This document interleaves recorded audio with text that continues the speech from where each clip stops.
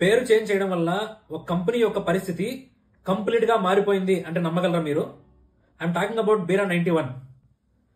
B9 beverages private limited అనే ఈ company కొన్ని కారణాల వల్ల షేర్ హోల్డర్స్ పెరగడం వల్ల 200 కంటే ఎక్కువ కావడం వల్ల కంపెనీస్ యాక్ట్ 2013 ప్రకారం పబ్లిక్ కంపెనీగా మారాల్సి వచ్చింది. అలా మారడం వల్ల జరిగినటువంటి ఎఫెక్ట్ వీళ్ళ సేల్స్ కంప్లీట్ గా పడిపోయాయి.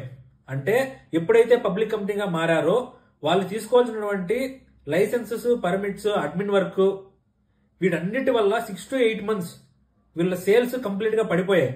ఎప్పుడైతే అన్ని రోజులు వారికి ఇష్టమైనటువంటి బీర్ అనేది దొరకలేదో మందుబాబులందరూ వేరే బీర్లకు షిఫ్ట్ అయిపోయారు. ఈ రోజు ఈ కంపెనీ ఉంటుందో పోతుందో కూడా ఎవరికి తెలియట్లేదు. దీని గురించి నేను యూట్యూబ్ లో ఒక లాంగ్ వీడియో చేశాను. మీకు కనుక ఇంట్రెస్ట్ ఉంటే please do watch it. Thank you so much.